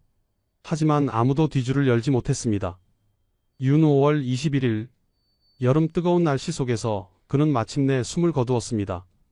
이황 8세로 사사, 소현세자 33세로 의문사, 사도세자 27세로 뒤주에서 죽음. 3명의 왕세자, 모두 왕이 될 운명이었던 사람들입니다. 하지만 그들은 왕이 되지 못했습니다. 아니, 왕이 되기 전에 죽어야 했습니다. 왜일까요? 무엇이 이들을 죽음으로 내몰았을까요? 과연 이들은 정말 죽어 마땅한 죄인이었을까요? 256년 전으로 돌아가 보겠습니다. 1498년 12월 18일 창덕궁에서 한 왕자가 태어났습니다. 이황. 아버지는 연산군, 어머니는 중전신씨, 조선 왕실의 적장자로 태어난 아이였습니다. 연산군은 이 아들을 무척 사랑했습니다. 첫째 아들이자 자신의 대를 이을 왕세자. 어린 이황은 총명했고 성품도 차분하고 굳세다는 평을 들었습니다. 1504년 6세가 된 이황은 왕세자로 책봉되었습니다. 한양 거리는 축제 분위기였습니다. 세자 저하께서 책봉되셨습니다. 백성들은 기뻐했습니다. 조선의 미래가 보장된 것처럼 느껴졌습니다. 어린 세자 이황은 세자궁에서 학문을 배우기 시작했습니다. 성종의 기풍을 이어받은 아이. 신하들은 기대에 찬 눈으로 세자를 바라보았습니다. 하지만 그때는 아무도 몰랐습니다. 겨우 2년 뒤 이 모든 것이 무너질 것이라는 사실을. 1504년 같은 해 연산군은 갑자사화를 일으켰습니다. 어머니 패비 윤씨의 죽음과 관련된 사람들을 대대적으로 숙청했습니다. 230여 명이 처형되거나 유배되었습니다. 궁궐에는 공포가 감돌았습니다. 신하들은 입을 다물었습니다. 누가 다음 차례가 될지 아무도 몰랐습니다. 연산군의 폭정은 갈수록 심해졌습니다. 흥청이라 불리는 기녀들을 궁궐로 불러들였습니다. 밤낮 없이 연회를 열었습니다. 백성들의 집을 헐어 사냥터를 만들었습니다. 신하들의 간언은 귀에 들어오지 않았습니다. 오히려 간언하는 신하들을 처벌했습니다. 8세 어린 세자 이황은 이 모든 것을 지켜보아야 했습니다. 아버지가 점점 백성들에게서 멀어지는 것을, 신하들이 점점 더 두려움에 떠는 것을. 하지만 세자는 아무것도 할 수 없었습니다. 겨우 8세였으니까요. 1506년 9월 1일 밤 박원종, 성희안, 유순정 세 사람이 군사를 일으켰습니다. 중종 반정입니다. 연산군의 폭정을 더 이상 두고 볼 수 없다. 반정군은 창덕궁을 포위했습니다. 연산군의 측근들을 제거했습니다. 신수군, 임사홍 등 연산군을 도왔던 사람들이 그 자리에서 죽임을 당했습니다. 연산군은 급히 궁을 빠져나가 한양의 한민가에 숨었습니다. 하지만 곧 붙잡혔습니다. 대비전으로 향한 반정군. 정현왕후는 처음에는 주저했습니다. 세자가 있지 않습니까? 세자를 왕으로 세우면 되지 않습니까? 하지만 신하들은 고개를 저었습니다. 폐위된 왕의 아들을 다시 왕으로 세울 수는 없습니다. 결국 정현왕후는 고개를 끄덕였습니다. 자신의 아들 진성대군을 새 왕으로 세우는 것에 동의했습니다. 9월 2일 진성대군이 왕위에 올랐습니다. 중종입니다. 연산군은 강화도 교동으로 유배되었습니다. 30세의 폐위된 왕. 한 달 전까지만 해도 조선의 왕이었던 사람입니다. 그리고 9월 24일 조정은 또 다른 명령을 내렸습니다. 폐세자 이황과 창녕대군 이성을 사사하라. 8세 이황, 4세 동생 이성. 두 형제는 그날 사약을 받았습니다. 어린 이황은 끝까지 아무 말도 하지 못했습니다. 자신이 왜 죽어야 하는지 이해하지 못했을 것입니다. 아버지는 어디 계시나요? 왜 저는 세자궁이 아닌 이곳에 있나요? 저는 무슨 죄를 지었나요? 하지만 아무도 대답해주지 않았습니다. 연산군은 2달 뒤인 11월 6일 교동에서 병으로 죽었습니다. 31세였습니다. 왕이었던 사람, 세자였던 아이, 모두 사라졌습니다. 연산군의 직계는 완전히 단절되었습니다. 역사에서 지워진 이름, 왕자군의 예로 장사 지낸 연산군의 무덤은 강화도에 홀로 남았습니다. 6년 뒤에야 양주로 이장되었지만 아무런 장식도 없는 초라한 묘였습니다. 조선 역사상 최초로 반정으로 폐위된 왕, 그리고 그의 아들들. 이것이 첫 번째 교훈이었습니다. 왕세자의 지위는 아버지 왕의 권력과 함께 숨쉰다. 아버지가 무너지면 아들도 함께 무너진다. 하지만 이것은 시작에 불과했습니다. 106년이 흘렀습니다. 1612년 1월 4일 한양의 한 왕자 저택에서 아들이 태어났습니다. 이름은 왕, 훗날 소현세자라 불리게 될 아이입니다. 아버지는 능양군, 선조의 손자였지만 왕위와는 거리가 먼 사람이었습니다.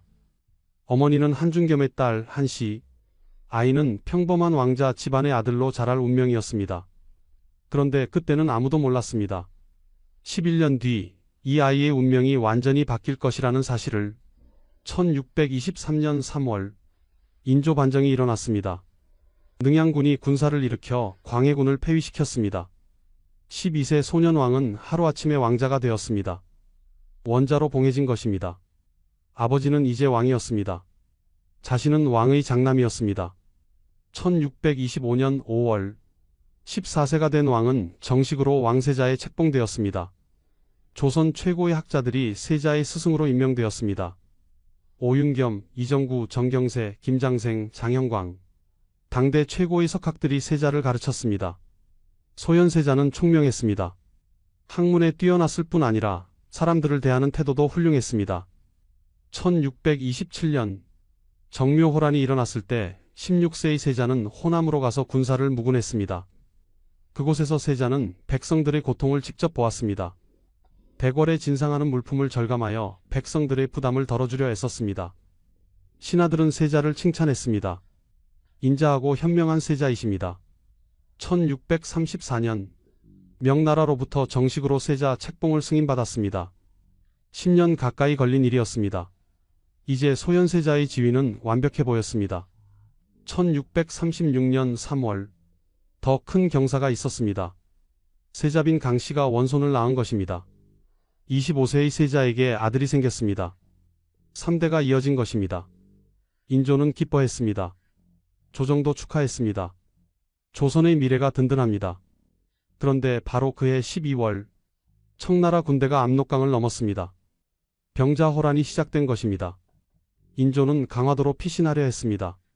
하지만 청군의 기병대가 이미 길을 막고 있었습니다. 어쩔 수 없이 남한산성으로 들어갔습니다. 소현세자도 아버지를 따라 성으로 들어갔습니다. 45일간의 포위, 추운 겨울, 성 안에서는 식량이 떨어져 갔습니다. 청군은 성을 단단히 포위하고 항복을 요구했습니다. 소현세자는 아버지 곁에서 이 모든 것을 지켜보았습니다. 신하들이 척화와 주화로 갈라져 싸우는 것을, 백성들이 굶주려 죽어가는 것을, 조선이 무너져가는 것을. 1637년 1월 30일 인조는 삼전도로 나갔습니다. 청태종 앞에 무릎을 꿇었습니다. 3번 절하고 9번 머리를 조아리는 305고 둘에 조선 역사상 가장 치욕적인 날이었습니다. 소현세자는 그 자리에 함께 있었습니다. 26세의 젊은 세자. 아버지가 오랑캐 앞에 무릎 꿇는 모습을 보아야 했습니다. 그리고 청나라는 항복 조건을 제시했습니다. 왕의 장자와 또 한 명의 아들을 인질로 보내라. 소현세자, 그리고 동생 복림대군. 두 사람은 청나라로 가야 했습니다. 볼모로 1637년 2월 5일 소현세자는 한양을 떠났습니다. 아버지와 눈물로 작별했습니다. 부디 무사히. 신하들이 길가에서 통곡하며 전송했습니다. 혹자는 제갈을 잡고 당기며 울부짖었습니다. 세자는 말을 멈추고 한참을 서 있었습니다. 뒤를 돌아보았습니다. 한양, 고국, 언제 다시 돌아올 수 있을까? 세자는 알지 못했습니다. 이 길이 자신의 죽음으로 가는 길이 될 것이라는 사실을. 1637년 2월 소현세자와 복림대군이 심양에 도착했습니다. 청나라의 수도, 조선이 그토록 오랑캐라 멸시했던 나라의 중심지였습니다. 세자는 심양관에 머물게 되었습니다. 300여 명이 넘는 수행원들과 함께였습니다. 처음에는 모든 것이 낯설었습니다. 말도 통하지 않았습니다. 음식도 달랐습니다. 기후도 조선보다 훨씬 추웠습니다. 하지만 세자는 적응해야 했습니다. 언제 돌아갈 수 있을지 모르는 상황이었으니까요. 세자는 심양에서 청나라의 요구에 응해야 했습니다. 청나라가 명나라를 공격할 때 세자도 군대를 이끌고 따라가야 했습니다. 청나라가 공물을 요구하면 조선에 전달해야 했습니다. 청나라가 조선 포로들을 노예로 삼으면 그들을 구하려 노력해야 했습니다. 세자는 심양에서 조선과 청나라 사이의 외교 업무를 담당했습니다. 조선의 대표였습니다. 하지만 동시에 청나라의 볼모였습니다. 양쪽의 요구를 모두 만족시켜야 했습니다. 얼마나 고통스러웠을까요? 세월이 흘렀습니다. 1년, 2년, 3년. 세자는 점점 청나라라는 나라를 이해하기 시작했습니다. 청나라는 조선이 생각하는 것만큼 야만적이지 않았습니다. 오히려 빠르게 발전하고 있었습니다. 군사력이 강했습니다. 명나라를 압박하며 중원으로 뻗어가고 있었습니다. 그리고 청나라는 개방적이었습니다. 서양의 문물을 받아들이고 있었습니다. 1644년 세자는 북경으로 가게 되었습니다. 청나라가 마침내 명나라를 멸망시키고 북경을 점령한 것입니다. 세자는 북경에서 70여 일을 머물렀습니다. 그곳에서 세자는 놀라운 것을 보았습니다. 천문대, 서양인들이 운영하는 천문대였습니다. 그곳에서 한 사람을 만났습니다. 아담 샬, 독일 출신의 예수의 선교사였습니다. 아담 샬은 세자에게 새로운 세계를 보여주었습니다. 천문학, 수학, 천주교. 세자는 매료되었습니다. 조선에는 없는 것들이었습니다. 조선이 주자의 학문에만 매달려 있을 때 서양은 이렇게 발전하고 있었습니다. 세자는 아담 샬에게 많은 것을 배웠습니다. 천주교에 대해서도 관심을 가졌습니다. 아담 샬은 세자에게 천주상을 선물했습니다. 하지만 세자는 정중히 돌려보냈습니다. 세자가 아담 샬에게 보낸 서한이 남아 있습니다. 저는 서양 서적과 천주상을 고국에 가져가고 싶지만 우리나라에서는 아직 천주교라는 것을 아는 자가 없기 때문에 제가 우려하는 것은 이단사교라고 지목되어 천주의 존엄을 더럽히지 않을까 하는 것입니다. 세자는 알고 있었습니다. 조선이 아직 준비되지 않았다는 것을. 하지만 언젠가는 조선도 변해야 한다고 생각했습니다. 세자는 귀국 준비를 했습니다. 여지구지구본, 천문서적, 수학책, 화포, 천리경망원경, 조선을 변화시킬 수 있는 것들이었습니다. 세자는 중국인 환관 5명도 데려갔습니다. 그 중에는 천주교 신자도 있었습니다. 세자에게는 꿈이 있었습니다. 조선을 개혁하는 것, 낡은 제도를 바꾸는 것, 백성들을 더 잘 살게 만드는 것, 9년간의 고생이 헛되지 않도록. 1645년 2월 18일 소현세자는 마침내 조선 땅을 밟았습니다. 33세였습니다. 9년 만의 귀국. 세자는 기뻤을까요? 설레었을까요? 아마도 그랬을 것입니다. 고국이었으니까요.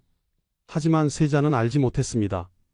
이 땅에서 자신을 기다리는 것이 무엇인지, 겨우 2달 뒤 자신이 죽게 될 것이라는 사실을. 세자를 맞이한 것은 환영이 아니었습니다. 냉대였습니다. 인조는 세자의 귀국을 대대적으로 축하하지 않았습니다. 신하들의 할애도 막았습니다. 굳이 그럴 필요 없다. 세자가 가져온 서양 문물을 보고 인조는 눈살을 찌푸렸습니다. 이것이 다 무엇이냐? 화포, 망원경, 지구본, 서양 서적들. 인조에게는 이 모든 것이 달갑지 않았습니다. 청나라의 것을 들여오다니 오랑캐와 너무 가까이 지낸 것 아니냐. 조정의 분위기도 차가웠습니다. 서인들은 반청 정책을 고수하고 있었습니다. 세자가 청나라와 가까이 지낸 것을 못마땅하게 여겼습니다. 세자가 청나라에 포섭된 것 아니냐. 조선을 배신한 것 아니냐. 세자는 당혹스러웠습니다. 9년간 고생하며 조선을 위해 일했습니다. 청나라와의 관계를 안정시켰습니다. 포로로 잡혀간 조선 사람들을 구했습니다. 새로운 문물을 가져왔습니다. 그런데 돌아온 것은 냉대였습니다. 세자는 몸이 좋지 않았습니다. 긴 여행 끝에 귀국했을 때부터 몸이 약해져 있었습니다. 심양에서 오는 동안 추운 날씨에 병을 얻었습니다. 처음에는 기침과 호흡곤란이었습니다. 어이들이 치료했고 한동안 좋아지는 듯 했습니다. 하지만 아버지의 냉대, 조정의 의심 어린 시선, 이 모든 것이 세자를 짓눌렀습니다. 4월 23일, 세자가 갑자기 쓰러졌습니다. 학질이라고 했습니다. 고열과 오한이 있었습니다. 어의 박군이 진맥을 했습니다. 학질입니다. 어의 이형익이 침을 놓았습니다. 24일, 25일, 세자는 계속 침을 맞았습니다. 하지만 병은 낫지 않았습니다. 오히려 악화되었습니다. 26일, 세자의 상태가 급격히 나빠졌습니다. 호흡이 가빠졌습니다. 몸이 경련했습니다. 세자 저하, 궁녀들이 울부짖었습니다. 세자빈 강씨가 달려왔습니다. 하지만 아무도 세자를 살릴 수 없었습니다. 4월 26일, 소현세자는 창경궁 환경당에서 숨을 거두었습니다. 34세였습니다. 귀국한 지 겨우 69일 만이었습니다. 종실 진원군 이세환의 아내가 세자의 염습에 참여했습니다. 그녀는 나중에 사람들에게 말했습니다. 세자의 온몸이 전부 검은 빛이었습니다. 이목구비의 7구멍에서는 모두 선혈이 흘러나왔습니다. 검은 천으로 얼굴 반쪽만 덮어놓았으나 곁에 있는 사람도 그 얼굴빛을 분별할 수 없었습니다. 마치 약물에 중독되어 죽은 사람과 같았습니다. 독살. 모두가 생각했지만 아무도 입 밖에 내지 못했습니다. 인조의 행동은 더욱 의심스러웠습니다. 왕세자가 급사했습니다. 어의 이형익의 책임이 분명했습니다. 조선시대 관례상 왕이나 세자가 죽으면 의관들은 특별한 잘못이 없어도 국문을 당했습니다. 하지만 인조는 이형익을 처벌하지 않았습니다. 오히려 비호했습니다. 이형익은 누구였을까요? 인조의 후궁 조소용의 외가와 관련된 인물이었습니다. 3개월 전에 특채된 어이였습니다. 인조는 세자의 장례를 서둘렀습니다. 입관할 때 입회인을 제안했습니다. 누가 시신을 제대로 보지 못하게 했습니다. 그리고 더 큰 결정을 내렸습니다. 세자에게는 세 아들이 있었습니다. 석철 10세, 성린 6세, 석견 3세. 관례상 원손 석철이 다음 왕이 되어야 했습니다. 하지만 인조는 말했습니다. 원손이 너무 어리다. 나의 둘째 아들 복림대군을 세자로 삼겠다. 신하들은 놀랐습니다. 사도세자를 죽인 영조도 왕위는 손자 정조에게 물려주었습니다. 하지만 인조는 달랐습니다. 소현세자의 아들이 아닌 자신의 둘째 아들을 선택한 것입니다. 1년 뒤 더 큰 비극이 일어났습니다. 세자빈 강씨가 영모를 꾸몄다는 혐의를 받았습니다. 강씨의 궁녀들이 인조의 수라에 독을 넣었다는 것입니다. 터무니없는 모함이었습니다. 하지만 강씨는 사약을 받았습니다. 세 아들은 제주도로 유배되었습니다. 장남 석철, 제주도에서 1648년 12세의 나이로 죽었습니다. 차남 성린 같은 해 8세의 나이로 죽었습니다. 삼남 석견만이 훗날 효종즉위 후 복이 되어 목숨을 건졌습니다. 강씨의 친정 가족들도 모두 죽임을 당했습니다. 소현세자 일가는 완전히 몰락했습니다. 9년간 청나라에서 고생했습니다. 조선을 위해 일했습니다. 새로운 세계를 보았습니다. 조선을 변화시키려 했습니다. 하지만 돌아온 것은 죽음이었습니다. 세자는 독살되었고, 세자비는 영모로 죽었고, 아들들은 유배지에서 죽어갔습니다. 누구의 손에 의해서였을까요? 역사는 말하지 않습니다. 하지만 모두가 알고 있었습니다. 117년이 더 흘렀습니다. 1735년 영조에게 둘째 아들이 태어났습니다. 44세에 얻은 늦둥이 아들이었습니다. 형 효장세자가 10세에 요절한 후였습니다. 영조에게는 이 아들이 마지막 희망이었습니다. 1736년 겨우 2세의 왕세자로 책봉되었습니다. 너무 어린 나이였습니다. 하지만 영조는 서둘렀습니다. 이 아이가 나의 대를 이을 것이다. 세자의 이름은 선, 훗날 사도세자라 불리게 될 아이입니다. 영조는 완벽주의자였습니다. 자신이 영조대왕이 될 것이라 믿었습니다. 아들도 성군이 되어야 한다고 생각했습니다. 그래서 세자 교육은 가혹했습니다. 아침 일찍 일어나 글을 읽어야 했습니다. 하루 종일 공부해야 했습니다. 조금이라도 틀리면 질책이 쏟아졌습니다. 내가 왕이 될 것이다. 완벽해야 한다. 실수는 용납할 수 없다. 어린 세자는 두려웠습니다. 아버지가 무서웠습니다. 세자는 자랐습니다. 무예에 뛰어났습니다. 활을 잘 쏘았습니다. 말을 잘 탔습니다. 학문도 뛰어났습니다. 글을 잘 지었습니다. 그림도 잘 그렸습니다. 신하들은 칭찬했습니다. 훌륭한 세자이십니다. 하지만 영조는 만족하지 못했습니다. 아직 부족하다. 더 잘해야 한다. 왕이 될 자격이 있느냐? 끊임없는 질책, 끝없는 압박. 세자는 점점 무너져 갔습니다. 세자에게 이상한 증상이 나타나기 시작했습니다. 갑자기 화를 냈습니다. 물건을 집어던졌습니다. 궁녀들에게 폭력을 휘둘렀습니다. 때로는 의대를 입고 거리를 배회했습니다. 자신이 의원인 것처럼 행동했습니다. 영조는 분노했습니다. 세자가 미쳤느냐? 이것이 왕이 될 자의 행동이냐? 하지만 질책할수록 세자의 증상은 악화되었습니다. 세자는 아버지가 무서웠습니다. 아버지를 볼 때마다 온몸이 떨렸습니다. 숨이 막혔습니다. 말이 나오지 않았습니다. 그럴수록 영조는 화를 냈습니다. 왜 대답을 못하느냐?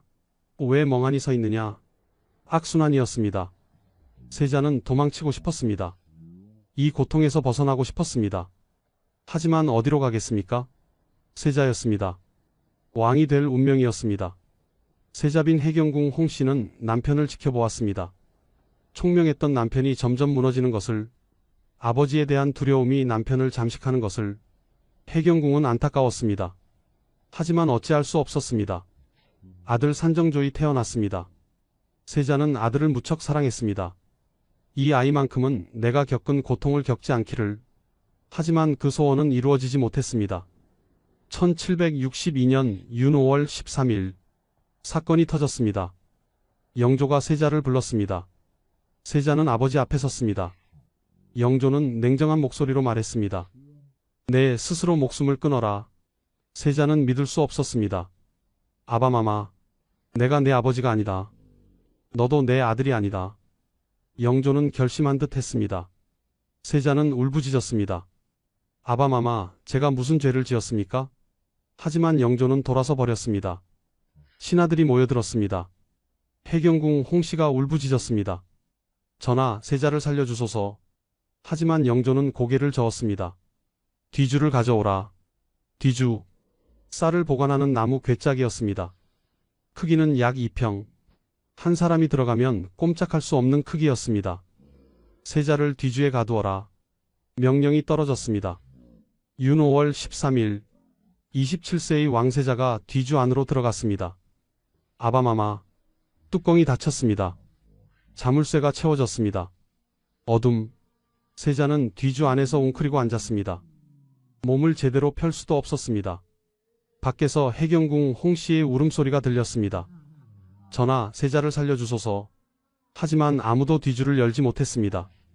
첫날, 세자는 아버지를 불렀습니다. 아바마마, 저를 용서하소서. 저를 살려주소서. 하지만 대답이 없었습니다. 뒤주 밖에서 궁녀들이 울고 있었습니다. 신하들은 침묵했습니다. 영조는 뒤주를 지나쳐 걸어갔습니다. 아들의 목소리를 듣지 않으려는 듯. 둘째 날, 여름이었습니다. 윤 5월, 음력으로 6월에 해당하는 시기였습니다. 뒤주 안은 더웠습니다. 숨이 막혔습니다. 땀이 흘렀습니다. 세자는 계속 아버지를 불렀습니다. 아바마마. 목소리는 점점 약해졌습니다. 셋째 날, 세자는 물을 달라고 했습니다. 물을 주소서. 하지만 아무도 주지 않았습니다. 영조의 명령이었습니다. 뒤주를 열지 마라. 물도 주지 마라. 음식도 주지 마라. 세자는 갈증으로 고통받았습니다. 넷째 날, 세자의 목소리가 거의 들리지 않았습니다. 해경궁 홍씨는 매일 뒤주 앞에 와서 울었습니다. 저하, 아들 산정조도 울었습니다. 11세 소녀는 아버지가 뒤주 안에서 죽어가는 것을 지켜보아야 했습니다. 다섯째 날, 뒤주 안에서 소리가 나지 않았습니다. 사람들은 생각했습니다. 세자가 돌아가신 것이 아닐까? 하지만 뒤주는 열리지 않았습니다. 여섯째 날, 여전히 뒤주는 잠겨 있었습니다. 경희궁은 침묵에 잠겼습니다. 누구도 감히 말하지 못했습니다. 영조는 정사를 보았습니다. 마치 아무 일도 없는 것처럼. 일곱째 날, 여름 햇살이 뜨거웠습니다. 뒤주는 마당에 놓여 있었습니다. 직사광선이 내리쬐었습니다. 뒤주 안의 온도는 상상할 수 없을 만큼 높았을 것입니다. 여덟째 날, 윤 5월 21일, 아침이 밝았습니다. 뒤주 안에서는 아무 소리도 들리지 않았습니다. 영조가 명령했습니다. 뒤주를 열어라. 자물쇠가 풀렸습니다. 뚜껑이 열렸습니다. 사도세자는 죽어 있었습니다. 27세, 8일간의 고통 끝에 영조실록은 이렇게 기록했습니다. 세자가 뒤주 안에서 죽었다. 더 이상의 설명은 없었습니다. 해경궁 홍씨는 훗날 한중록에 이 모든 것을 기록했습니다. 그날의 참혹함을 어찌 말로 다 표현하겠습니까? 세자는 끝까지 아버지를 불렀습니다. 하지만 아무도 뒤주를 열지 못했습니다. 영조는 아들을 죽였습니다. 왜일까요? 세자의 이상 행동 때문이었을까요? 정치적 이유였을까요? 당쟁 때문이었을까요? 역사가들은 여러 가지로 해석합니다. 하지만 한 가지는 분명합니다. 82세의 아버지가 27세의 아들을 죽였습니다. 왕이 왕세자를 죽였습니다. 영조는 아들의 시호를 사도라 했습니다. 애통이 그리워한다는 뜻입니다. 정말 그리워했을까요? 아들 산이 왕위에 올랐습니다. 정조입니다. 정조는 평생 아버지의 신혼을 위해 노력했습니다. 사도세자를 장헌세자로 추존했습니다. 하지만 아버지의 고통은 지울 수 없었습니다. 뒤주에서의 8일은 영원히 역사에 남았습니다. 3명의 왕세자, 이황 8세의 사사, 소현세자 34세의 의문사, 사도세자 27세의 뒤주에서 죽음. 모두 왕이 될 운명이었습니다. 하지만 모두 왕이 되기 전에 죽었습니다. 왜일까요? 시간이 흘렀습니다. 3명의 왕세자가 죽은 후 그들의 가족에게는 무슨 일이 일어났을까요? 연산군의 아들 이황. 그의 직계는 완전히 단절되었습니다. 연산군 묘는 양주에 홀로 남았습니다. 왕릉의 예가 아니라 왕자군의 예로 장사 지냈습니다. 묘비에는 연산군 지묘라고만 씌어 있습니다. 아무런 장식도 없습니다. 연산군의 부인 신씨만이 훗날 그 옆에 묻혔습니다. 자식들을 모두 잃은 어머니였습니다. 후손이 없어 외손자 구엄이 제사를 이어받았습니다. 구엄도 아들이 없었고 다시 외손자 이안누리 제사를 이어받았습니다. 왕세자였던 아이는 역사에서 지워졌습니다. 이름만 실록에 남았을 뿐입니다. 소현세자, 그의 아들들은 제주도에서 죽어갔습니다. 장남 석철 12세의 사망, 차남 성린 8세의 사망, 단 한 명 삼남 석견만이 살아남았습니다. 효종이 즉위한 후 복이 되어 경안군이 되었습니다. 하지만 그도 제주도에서 평생을 보냈습니다. 1665년 30세의 나이로 제주도에서 죽었습니다. 그의 아들들도 3대에 걸쳐 유배지에서 살았습니다. 1908년 대한제국 시기에 이르러서야 소현세자의 후손들이 신혼되었습니다. 263년이 지난 후였습니다. 소현세자의 세자빈 강씨는 영모로 죽었습니다. 친정 가족들도 모두 죽임을 당했습니다. 한 가문이 멸문지화를 당한 것입니다. 사도세자, 그는 죽은 후에도 고통받았습니다. 시호가 없었습니다. 묘도 제대로 갖추지 못했습니다. 아들 정조가 왕위에 올랐습니다. 정조는 평생 아버지를 그리워했습니다. 아버지의 신혼을 위해 노력했습니다. 사도세자를 장헌세자로 추존했습니다. 묘를 현룡원으로 격상시켰습니다. 하지만 신하들의 반대가 심했습니다. 뒤주에서 죽은 역적을 어찌 추존하느냐. 정조는 외로웠습니다. 아버지를 지키는 것이 이렇게 어려웠습니다. 1800년 정조가 죽고 순조가 즉위한 후에야 사도세자는 장조로 추존되었습니다. 세 명의 왕세자, 그들의 공통점은 무엇이었을까요? 모두 왕권과 충돌했다는 것입니다. 이황은 폐위된 왕의 아들이었습니다. 아버지가 무너지자 아들도 함께 무너졌습니다. 소현세자는 아버지와 생각이 달랐습니다. 청나라를 인정하고 개혁을 원했습니다. 하지만 아버지는 반청을 고집했습니다. 사도세자는 아버지가 원하는 완벽한 세자가 아니었습니다. 정신적으로 무너졌고 아버지는 그를 버렸습니다. 왕세자는 왕의 후계자입니다. 하지만 동시에 잠재적 위협입니다. 왕은 권력을 지키려 합니다. 자신의 뜻대로 움직이지 않는 세자는 위험합니다. 그래서 역사는 반복되었습니다. 아버지가 아들을 죽이고 왕이 왕세자를 제거하고 권력이 혈육을 갈랐습니다. 권력은 영원하지 않았습니다. 연산군이 그토록 지키려 했던 왕권, 결국 반정으로 무너졌습니다. 인조가 그토록 두려워했던 소현세자, 죽였지만 역사는 소현세자를 안타까워합니다. 영조가 그토록 완벽하게 만들려 했던 사도세자, 죽였지만 후손들은 그를 추존했습니다. 역사는 말합니다. 권력은 영원하지 않습니다. 왕권도 위협도 모두 사라집니다. 하지만 남는 것이 있습니다. 아버지와 아들 사이의 비극, 권력 앞에 무너진 인간의 존엄, 우리가 기억해야 할 교훈. 그래도 한 가지 위안이 있다면 역사는 결국 진실을 기록한다는 것입니다. 사도세자는 장조로 추존되었습니다. 소현세자의 후손은 신원되었습니다. 오늘날 우리는 그들의 억울함을 이야기할 수 있습니다. 세 명의 왕세자, 그들은 왕이 되지 못했습니다. 하지만 그들의 이야기는 남았습니다. 권력이 얼마나 무서운 것인지, 왕권이 얼마나 냉혹한 것인지, 혈육의 정이 얼마나 약한 것인지, 조선 500년, 폐위된 왕세자들의 최후, 권력의 끝은 죽음이었습니다. 지금까지 조선 왕실에서 폐위되고 비극적으로 죽어간 왕세자들의 이야기였습니다. 이 이야기가 여러분께 권력과 인간, 그리고 역사에 대한 작은 생각거리가 되길 바랍니다.